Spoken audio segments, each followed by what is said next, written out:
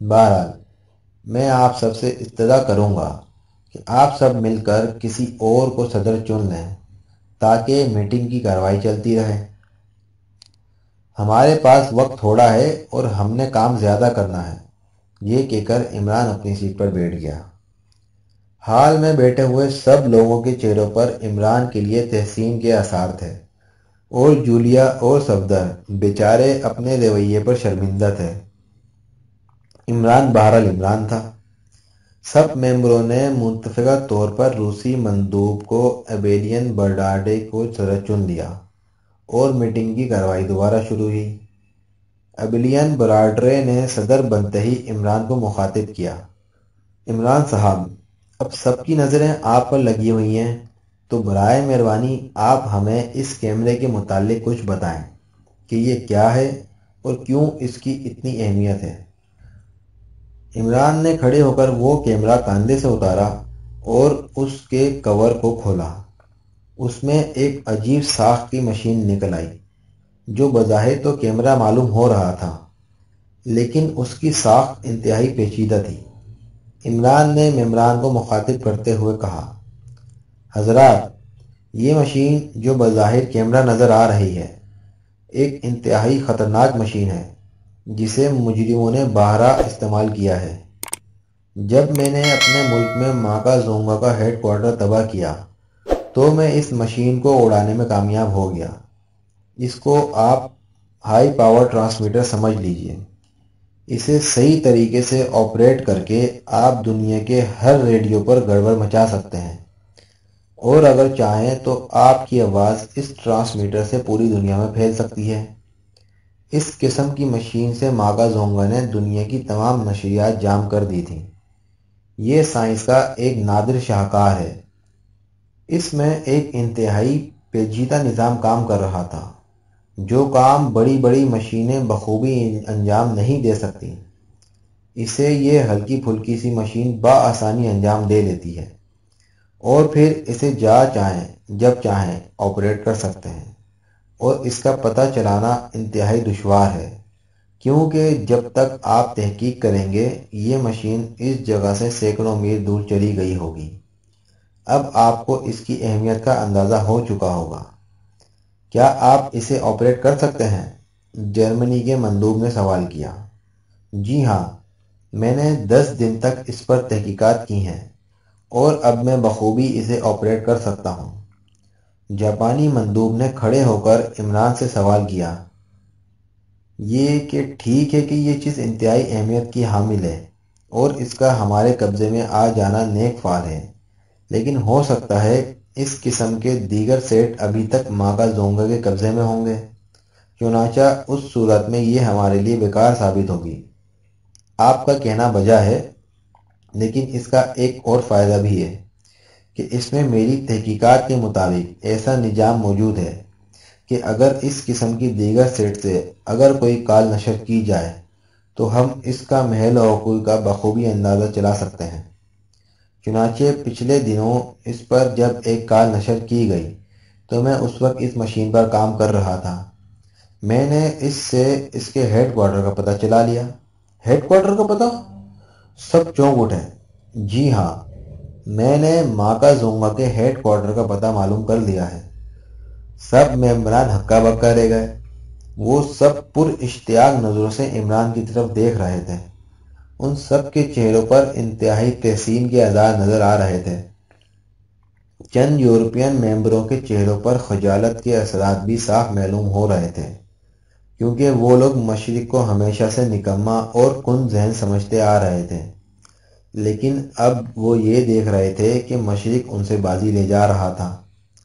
सफदर और जूलिया की गर्दन फकर से अकड़ती चली जा रही थी और जूलिया तो इमरान को ऐसी नज़रों से देख रही थी जिसमें बेपनाह प्यार जाहिर होता था। लेकिन कैप्टन शकील जैसे का वैसा सपाट का सपाट बैठा हुआ था। ऐसा महसूस होता था कि दुनिया की कोई अजीब खबर या इंकशाफ उसके लिए नया नहीं है। उसके चेहरे को देखकर ऐसा महसूस होता था जैसे वो सब कुछ पहले से ही जानता हो। इमरान साहब, ज़रा जल्दी बताइए, माका जोंगा का हेड क्वार्टर कहाँ है? کیونکہ اب ہم اپنے اشتیاق پر قابو نہیں پا سکتے، ملائیشیا کے نمائندے نے کہا۔ ماکا زونگا کا ہیڈ کوارٹر برائے اعظم افریقہ کے جنگلوں میں کسی جگہ واقع ہے، عمران نے انکشاف کرتے ہوئے کہا۔ افریقہ میں؟ تقریباً سب ممبروں کی حیرت میں ڈوبی ہوئی آواز نکلی۔ لیکن اس کا کیا ثبوت ہے کہ ان بھیانک تنظیم کا ہیڈ کوارٹر افریقہ میں ہے؟ صدر نے پوچھا۔ اس کا سب سے بڑا ثبوت یہ مشین آپ کو مہیا کر سکتی ہے۔ دیکھیے، میں آپ کے سامنے اسے آپریٹ کرتا ہوں، پھر آپ کو اس کا ثبوت مل جائے گا۔ یہ کہہ کر عمران نے اس مشین کے ایک سوئچ کو دبایا۔ فوراً مشین میں مختلف چھوٹے چھوٹے رنگین بلب جل اٹھے۔ عمران نے ایک بٹن کو پش کیا تو ایک ہلکی ہلکی آواز اس میں سے نکلنے لگی۔ سب لوگ غور سے اس آواز کو سن رہے تھے۔ کوئی شخص دوسرے کو ہدایت دے رہا تھا کہ فرازز قبیلے کو فوراً ختم کر دیا جائے، کیونکہ وہ لوگ ہمارے ہیڈ کوارٹر میں روڑے اٹکا رہے ہیں۔ آواز آنی بند ہو گئی اور عمران نے اس کا سوئچ دبا کر مشین بند کر دی۔ لیکن اس میں تو کہیں افریقہ کا ذکر نہیں آیا، برطانیہ کے ہولی گریپ نے فوراً اعتراض کیا۔ معاف کیجیے گا مسٹر چولی گریپ، میرا نام چولی گریپ نہیں بلکہ میرا نام ہولی گریپ ہے۔ صفدر اور شکیل چولی گریپ کے لفظ پر پوری طرح مسکرا پڑے۔ ایک بار پھر معاف کیجیے گا مسٹر ہولی گریپ، مجھے نام سے مطلب نہیں، یہ بتائیے آپ کو اس میٹنگ میں بھیجا کس نے ہے؟ کیا مطلب؟ ہولی گریپ سٹپٹا گیا۔ میں نے کریک میں گفتگو نہیں کی جو آپ اس کا مطلب نہیں سمجھے۔ میرے کہنے کا مطلب یہ ہے کہ ہمیں امید ہے کہ اسکاٹ لینڈ یارڈ اپنے کسی قابل بندے کو بھیجے گا۔ آپ میری توہین کر رہے ہیں، ہولی گریپ پھٹ پڑا۔ اوہو، بری بات، آپ غصے میں آ رہے ہیں۔ بات یوں ہے کہ آپ نے اس گفتگو کے دوران جو اس ٹرانسمیٹر پر ہوائی لفظ فرازز قبیلہ سنا ہوگا۔ فرازز قبیلہ دراصل افریقہ کے گھنے جنگلوں میں ایک قبیلہ ہے۔ یہ قبیلہ آدم خور ہے۔ امید ہے کہ آپ لوگ سمجھ گئے ہوں گے کہ ماکا زونگا کا ہیڈ کوارٹر افریقہ میں ہے۔ یہ کہہ کر عمران بیٹھ گیا۔ حال میں اس انکشاف پر تبصرے ہونے لگے اور عمران جولیا سے مخاطب ہو کر بولا، اب تو خوش ہو؟ اور جولیا مسکرانے لگی۔ آخر کار صدر نے سب ممبروں کو مخاطب کر کے کہا، حضرات، عمران صاحب کے اس انکشاف سے آپ لوگوں کو یہ یقین تو ہو گیا ہے کہ یہ ہیڈ کوارٹر یہاں ہے۔ چنانچہ اب میرا خیال ہے کہ ایک پارٹی ترتیب دی جائے جس میں سب ملکوں کے جاسوس ہوں اور عمران صاحب کی قیادت میں جا کر اس ہیڈ کوارٹر کو تباہ کر دیں۔ سب نے تائید میں ہاتھ اٹھا لیے، لیکن عمران نے افریقہ جانے سے یکسر انکار کر دیا۔ میرا کام ختم ہو گیا ہے، چند مجبوریوں کی وجہ سے میں افریقہ نہیں جا سکتا۔ اب یہ کام آپ لوگوں کو خود کرنا ہوگا۔ صفدر اور جولیا حیران رہ گئے، لیکن کیپٹن شکیل جانتا تھا کہ اس میں بھی عمران کی غرض پوشیدہ ہوگی۔ کافی اصرار کے باوجود عمران نہیں مانا۔ باقی ملکوں کے چیدہ چیدہ جاسوسوں پر مشتمل ایک پارٹی ترتیب دی گئی اور میٹنگ ختم ہو گئی۔ جولیا آج بہت عرصے بعد خوش تھی، کیونکہ کافی عرصے بعد وہ آج ایک بار پھر ساحل سمندر پر تفریح کر رہی تھی۔ سیکرٹ سروس میں آنے کے بعد تفریح کے بہت کم مواقع پیش آتے تھے، کیونکہ کام ہی اتنا ہوتا تھا کہ تفریح کے لیے وقت ہی نہیں ملتا تھا۔ آج میٹنگ ختم ہو گئی تھی اور کل سب نے اپنے وطن واپس روانہ ہونا تھا۔ عمران کے منع کرنے کے بعد جولیا صفدر کو لے کر ساحل سمندر کی طرف نکل آئی تھی۔ عمران نے اسے کہا تھا کہ وہ محتاط رہیں، کیونکہ ماکا زونگا کے ایجنٹ یہاں ہر طرف پھیلے ہوئے ہوں گے اور ہو سکتا ہے کہ وہ ہم میں سے کسی کو نقصان پہنچائیں۔ لیکن جولیا نہ مانی۔ آخر کار عمران کو ہار ماننی پڑی اور جولیا صفدر کو لے کر چلی گئی۔ عمران کیپٹن شکیل کے ساتھ اپنے ایک دوست کو ملنے چلا گیا۔ جولیا ساحل سمندر پر ہر فکر سے آزاد خوب اچھل کود کر رہی تھی۔ کافی دیر بعد صفدر اور جولیا ٹہلتے ٹہلتے ساحل سمندر کے ساتھ ساتھ کافی دور تک نکل گئے۔ یہاں ہر طرف سکون ہی سکون تھا۔ صفدر ایک ٹیلے پر بیٹھ گیا اور ارد گرد کا نظارہ کرنے لگا، اور جولیا ٹہلتے ٹہلتے اور آگے نکل گئی۔ صفدر اسے جاتا دیکھ کر ایک چٹان کے پیچھے جولیا اس کی نظروں سے اوجھل ہو گئی، اور صفدر جولیا کے متعلق سوچنے لگا، جو اپنا ملک چھوڑ کر اب اس کے ملک کے ایک اہم عہدے پر فائز تھی۔ صفدر کو اس کی دلیری اور ذہانت پر اعتماد تھا۔ حالانکہ وہ سوئس تھی، لیکن اب اس کی ملک کی باشندہ تھی۔ اب صفدر کا وطن ہی اس کا وطن تھا، اور اس کو اپنے اس نئے وطن سے اسی طرح محبت تھی جس طرح صفدر کو۔ اس چیز میں نہ پہلے کسی قسم کا شک تھا اور نہ اب ہے۔ سب اس کی حب الوطنی کے دل دادا تھے۔ ایکس 2 کے ساتھیوں میں وہ قابل اعتماد ساتھی گنی جاتی تھی۔ ابھی اس کی سوچ ہوا اور خیالات کی جالوں میں سربت دوڑ رہی تھی کہ ایک چیخ نے اسے چونکا دیا۔ ایک لمحے کے لیے تو وہ کچھ نہ سمجھا، لیکن اچانک دوسری چیخ بلند ہوئی۔ صفدر سمجھ گیا کہ یہ چیخیں جولیا کی ہیں۔ وہ تیزی سے اس ٹیلی کی طرف بھاگا۔ فاصلہ کافی تھا، لیکن صفدر نے انتہائی تیزی سے اسے عبور کر لیا۔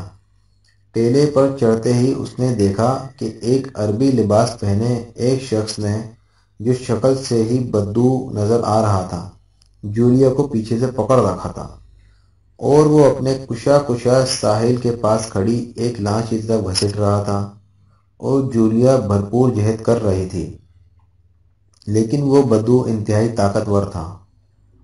صفدر کے قریب پہنچتے پہنچتے وہ جولیا کو لانچ میں ڈالنے میں کامیاب ہو گیا۔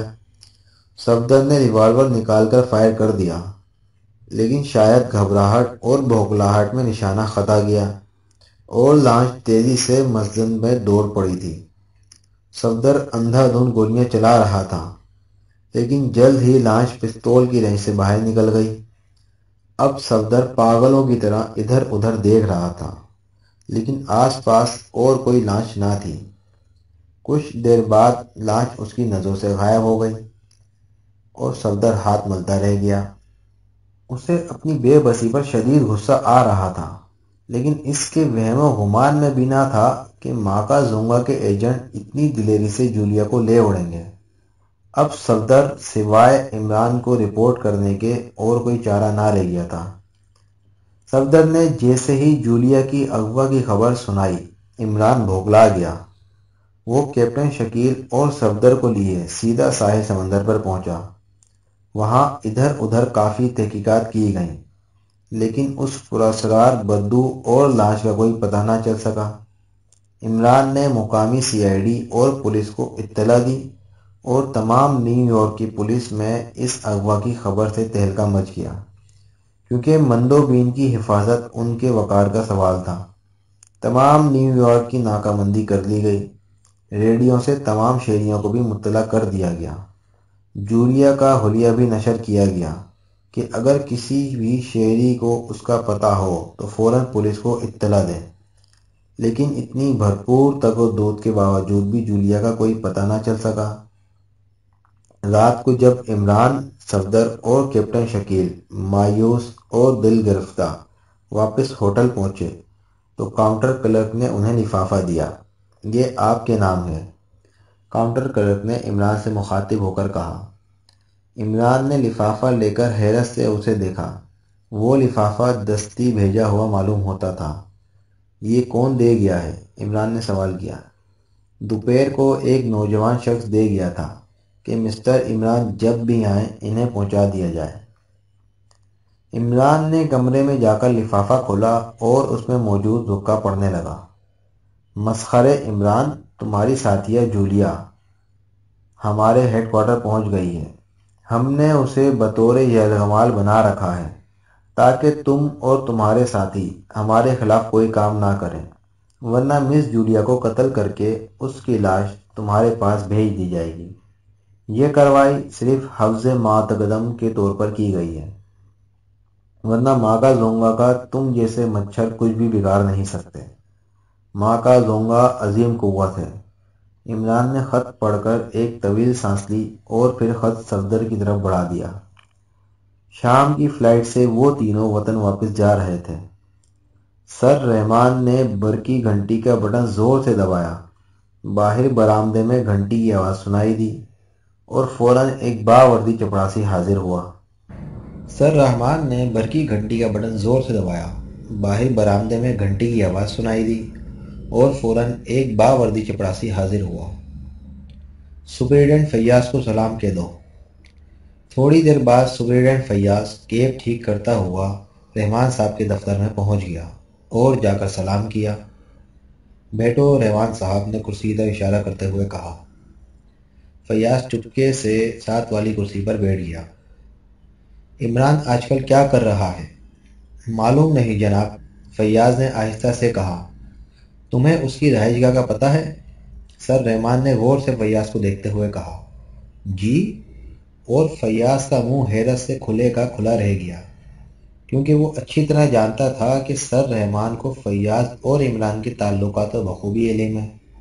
پھر رحمان صاحب فیاض سے عمران کی رہائش گاہ کے متعلق پوچھ رہے تھے۔ سر رحمان فیاض کی حیرت کو بھانپ گئے۔ فوراً کہنے لگے، میرا مطلب یہ ہے کہ آج کل مسٹر عمران کی رہائش گاہ کہاں ہے؟ وہیں اپنے فلیٹ میں جناب۔ اچھا تو دیکھو، میں اسپیشل وارنٹ جاری کر رہا ہوں۔ تم ہر حالت میں عمران کو گرفتار کر کے میرے پاس لے آؤ۔ عمران کو؟ اور فیاض کو حیرت کا ایک شدید جھٹکا لگا۔ ہاں عمران کو، اور کیا تمہارے ابو کو؟ اور فیاض حیرت سے ہونٹ کاٹتا رہ گیا، کیونکہ سر رحمان نے آج پہلی بار ایک غیر حاضر بات منہ سے نکالی تھی۔ آج تک ان کے منہ سے اس قسم کا کوئی کلمہ نہیں سنا تھا۔ یہ لو وارنٹ گرفتاری، اور مجھے گرفتاری کے متعلق فوراً رپورٹ کرو۔ اس کی گرفتاری ہر حالت میں ضروری ہے، سر رحمان نے وارنٹ دیتے ہوئے کہا۔ اور فیاض وارنٹ لے کر حیران و پریشان کمرے سے باہر نکل آیا۔ چند لمحے تو وہ حیرانی کے عالم میں برآمدے میں کھڑا وارنٹ کو دیکھتا رہا، پھر حیرت پر جوش آ گیا۔ آج قسمت نے اسے ایک سنہری موقع دیا ہے۔ اس کی مدت سے یہ خواہش تھی کہ وہ عمران کو کسی طرح نیچا دکھائے۔ یہ لمحہ اسے اس کاغذ کے پرزے نے بخش دیا تھا۔ وہ فوراً اپنے کمرے میں آیا۔ اس نے وارنٹ کو اچھی طرح پڑھا تھا۔ وارنٹ پر سیکریٹری وزارت دفاع کے دستخط تھے۔ اب عمران کسی طرح بھی نہیں بچ سکتا تھا۔ اس نے عمران کو فلیٹ پر ٹیلی فون کیا۔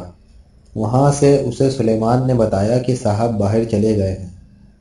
اس نے سوچا کہ آج کل عمران ٹپ ٹاپ نائٹ کلب میں زیادہ دیکھا جاتا ہے، چنانچہ اس نے چند سپاہیوں کو ساتھ لیا اور ٹپ ٹاپ نائٹ کلب روانہ ہو گیا۔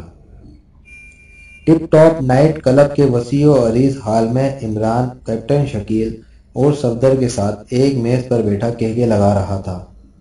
اس کی احمقانہ حرکتیں تمام ہال کو ہنسنے پر مجبور کر رہی ہیں۔ اس وقت وہ ہال میں بیٹھے ہوئے تمام لوگوں کی توجہ کا مرکز بنا ہوا تھا۔ کیپٹن شکیل اور صفدر کے چہرے ندامت سے سرخ پر سرخ ہوتے جا رہے تھے۔ اچانک فیاض 4 سپاہیوں کو ساتھ لیے ہال میں داخل ہوا۔ اس نے ایک لمحے کے لیے چاروں طرف دیکھا۔ اسے کونے میں عمران میز پر اپنے ساتھیوں سمیت بیٹھا نظر آیا۔ عمران کو دیکھ کر فیاض کی آنکھوں میں چمک آ گئی اور پھر وہ تیزی سے عمران کی طرف بڑھا۔ عمران نے جیسے ہی فیاض کو 4 سپاہیوں سمیت ہال میں داخل ہوتے دیکھا، وہ کھٹک گیا کہ آج ضرور کوئی خاص بات ہے، اور جب وہ عمران کی طرف بڑھنے لگا تو عمران بلند آواز میں جلتو جلالتو کا ورد کرنے لگا۔ سب لوگ بے تحاشا ہنس رہے تھے، لیکن فیاض کے چہرے پر خوشگی کے آثار ابھر آئے۔ وہ عمران کے پاس آ کھڑا ہو گیا۔ عمران بھی باقاعدہ تعظیم کے لیے کھڑا ہو گیا۔ کہو سپر فیاض، مزاج تو اچھے ہیں؟ عمران، تم نے آج تک میرا مذاق اڑایا ہے، لیکن میں آج تم سے سب بدلے چکا لوں گا، فیاض نے جیب میں ہاتھ ڈالتے ہوئے کہا۔ کیا مطلب؟ آج تو بہت ناراض نظر آتے ہو، عمران نے فیاض کو آنکھ مارتے ہوئے کہا۔ عمران، میں تمہیں گرفتار کرنے آیا ہوں، یہ وارنٹ ہے۔ کیوں مذاق کرتے ہو یار، میں نے تمہارا کیا بگاڑا ہے میرے دوست؟ لیکن فیاض نے سنی انسنی کرتے ہوئے ساتھ آئے ہوئے سپاہیوں سے مخاطب ہو کر کہا، اسے گرفتار کر لو۔ सिपाही इमरान की तरफ बढ़े। अब इमरान के चेहरे पर संजीदगी छाने लगी। उसने गौर से फैयाज की तरफ देखा और कहा, अच्छा तो तुम मुझे गिरफ्तार करने आए हो। तुम्हें किसने मेरी गिरफ्तारी का ऑर्डर दिया है? इमरान ने सिपाही को हाथ से रोकते हुए कहा। सर रहमान ने, फैयाज ने संजीदगी से कहा। वालिद साहब ने? आखिर क्यों? मैं कुछ नहीं जानता। मैं तो तुम्हें हर हालत में गिरफ्तार करूंगा। तुमने आज तक मुझे बहुत सताया है, आज मेरी बारी है। यार सुपर फैयाज, कुछ पुरानी दोस्ती का लिहाज करते हुए मुझे माफ कर दो, इमरान ने दफतन लजाजत आमेज लहजे में कहा। उनकी इस बातचीत की भनक हाल में बैठे हुए लोगों के कानों में भी पड़ी थी। वो सब भी हैरान थे। देखो इमरान, मेरा वक्त ना ज़ाया करो, मैं तुम्हें किसी हालत में भी नहीं छोड़ सकता, फैयाज ने अकड़ते हुए कहा। सफदर और शकील साहब चुपचाप बैठे सूरत हाल का अंदाजा कर रहे थे।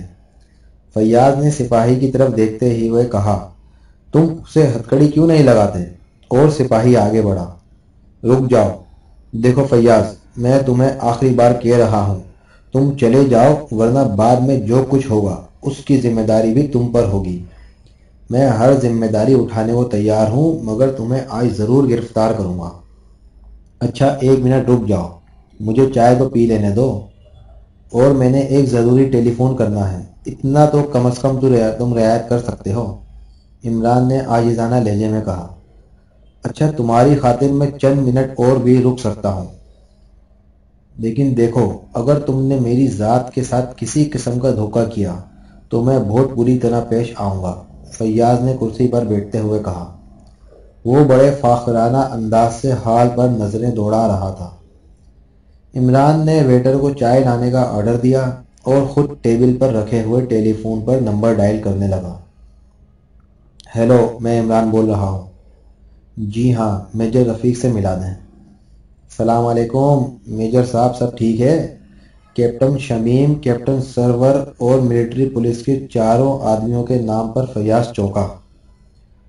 कुछ नहीं, एक और काम है, ये कहकर वो चाय पीने में मशगूल हो गया। अब उसके चेहरे पर संजीदगी थी। उसने फैयाज के हाथ से वारंट लेकर देखा। उस पर सेक्रेटरी वजारत दफा सर सुल्तान के दस्तखत थे। उसने एक जोर की हूं की और फिर वो इत्मीनान से बैठ गया। चंद मिनट बाद हॉल में कैप्टन और 4 मिलिट्री पुलिस के आदमी दाखिल हुए।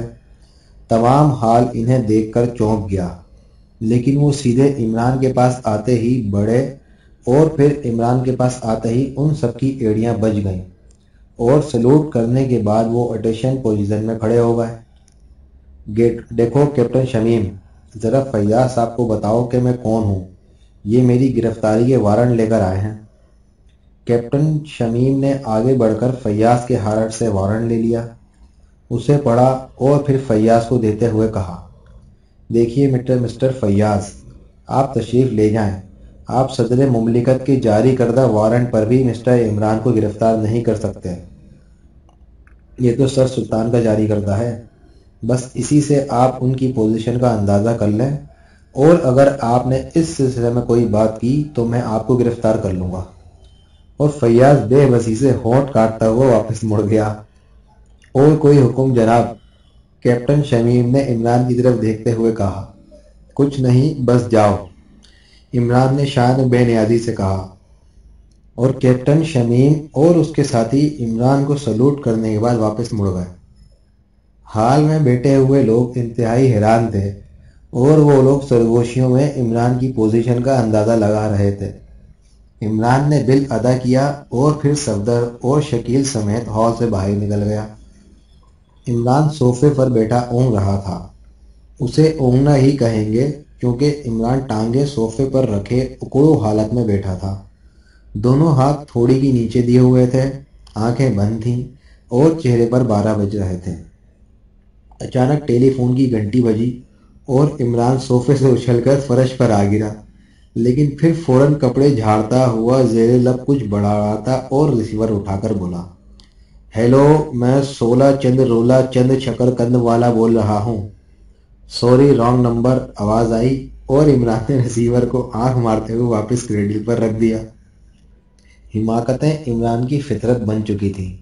वो ऐसे वक्त में भी हिमाकतों से बाज ना आता जबकि उनका सिरे से कोई दवाज ही पैदा नहीं होता था। अब भी टेलीफोन की घंटी सुनकर वो जानबूझकर नीचे जा गिरा और फिर गलत पता बताकर टेलीफोन करने वाले को तंग किया। उसकी बला से चाहे कॉल कितनी अहम क्यों ना होती, इमरान अपनी फितरत से मजबूर था। घंटी एक बार फिर जोर से बजी। इमरान ने रिसीवर उठाया। हेलो, इमरान MSc DFC ऑक्सन बात कर रहे हैं। भाईजान, मैं सुरैया बोल रही हूँ। उधर से सुरैया की आवाज़ उभरी। खुदा करे सदा बोलती रहो, जुग जुग जियो। इमरान ने बड़ी तेज़ी से बूढ़ियों की तरह आवाज़ को झुकाकर कहा। प्लीज़ भाईजान, तंग ना कीजिए, ज़रूरी बात है। सुरैया, क्या तुम्हारा दिमाग ख़राब है? फ़ोन पर कैसे तंग कर सकती हो? फ़ोन ना हुआ शिकंजा हो गया। भाईजान प्लीज़ एक बात तो सुनो। अच्छा बोलो। भाईजान, 2-3 रोज से अब्बू जान अजीब अजीब हरकतें कर रहे हैं। सब उलझन में हूँ। हरकतें? क्या मतलब? क्या बंदर की तरह नाचते हैं? भाईजान, मुझे शक पड़ता है कि अब्बू जान असली बिल्कुल नहीं है। क्या मतलब? अब वालिद साहब भी बनास्पति होने लगे? सुरैया, तुम्हें शर्म आनी चाहिए कि अपने वालिद के मुतालिक तुम ऐसा कह रही हो। अरे सुनिए तो सही। आपको मालूम है कि अब्बू जान सोते वक्त हमेशा एक गिलास दूध बगैर मीठा डाले पीते हैं, लेकिन 2-3 दिन से अब्बू जान ऐसा नहीं कर रहे। हालांकि उसके अलावा सबसे बड़ी बात यह है कि कल मामू जान आए तो अब्बू जान उन्हें पहचान न सके। पगली, ये सब तेरा वहम है। अब्बू जान आजकल मसरूफ़ होंगे, इसलिए दिमाग ज़रा परेशान रहता होगा, और परेशानी में कभी कभी इंसान की आदतों में फ़र्क आ जाता है। इमरान ने यह कहकर रिसीवर रख दिया, लेकिन इमरान के चेहरे पर सिलवटें नमूदार होने लगीं। उसने सोचा, सुरैया ठीक कहती है, मुझे वहाँ जाकर चेक करना चाहिए, क्योंकि अब्बू जान के दुश्मन हज़ार हैं और आजकल माँ का जोंगा ने मुल्क में तहलका बर्पा किया हुआ है। हो सकता है कि कोई चक्कर माँ का जोंगा नहीं चलाया हो। ये सोचकर उसने जल्दी से कपड़े पहने और अपनी कार कोठी की तरफ दौड़ा दी। दरवाजे पर खड़े पठान चौकीदार ने उसे देखा तो बोला, खैर तो है छोटे साहब, आज इधर कैसे रास्ता बोल पड़े? हाँ साहब, बस वैसे ही दिल सोचा तो चला आया। ज़रा अम्मा जी से भी मुलाकात हो जाएगी। तुम सुनाओ, खुश तो हो? जी, आपकी दुआ से हम खैरियत बखैरियत हैं। पठान ने नस्वार से लपे हुए काले दांत निकाले और इमरान आंखें बंद करता हुआ कार आगे निकाल कर ले गया। कार खड़ी करके जब वो आगे बढ़ा तो सुरैया उसे गैलरी ही में मिल गई। हेलो भाईजान, ना सलाम ना दुआ, मिलते ही हेलो। ये क्या अंग्रेजियत है? अम्मा भी कहाँ हैं? शुक्र है आज आपको अम्मा भी का ख्याल तो आया, अंदर हैं वो। और इमरान सीधा अंदर चला गया। अंदर अम्मा भी जाए नमाज पर बैठी दुआएं मांग रही थी, और ये तमाम दुआएं इमरान ही के बारे में थी। दुआ मांगते मांगते उनकी आंखों से आंसुओं की लड़ियां जा रही थीं। माँ की मोहब्बत देखकर इमरान का दिल भर आया और वो वहीं माँ के कदमों के पास बैठ गया। माँ ने इमरान को देखते ही इमरान कहकर उसे सीने से लगा लिया। इमरान को ऐसा महसूस हुआ जैसे वो चौराहों में भटकते भटकते किसी नखलिस्तान में पहुंच गया हो, जहाँ ठंडी छाँव हो, मोहब्बत और शफकत का मीठा चश्मा बह रहा हो। इमरान की वालदा इमरान को सीने से लगाए रो रही थी और इमरान चुपचाप आंखें बंद करके उनके सीने से लगा हुआ था, जैसे छोटा सा बच्चा हो। जब वालदा के दिल का प्यार उतर गया तो अब उन्हें इमरान पर गुस्सा आ गया। उन्होंने पास पड़ी हुई चप्पल उठाई और फिर इमरान के सर पर चप्पलें तड़ातड़ बजनी शुरू हो गईं। लेकिन इमरान ऐसे ही बैठा था जैसे चप्पलें ना हो, फूल बरस रहे हो। ना मुराद, तू मुझे मार कर छोड़ेगा? मुझ पर किसी को रहम नहीं आता, ना तुझे ना तेरे बाप को। तुम दोनों ही मेरी जान के दुश्मन हो। जब उनके हाथ थक गए तो एक बार फिर उन्होंने इमरान को लिपटा लिया। आखिर सुरैया बोल पड़ी, अम्मा जान अब छोड़िए भी, भाई जान से हमें भी कोई बात कर लेने दें। और अम्मा भी ने आंसू पोंछते हुए इमरान को अलहदा कर दिया और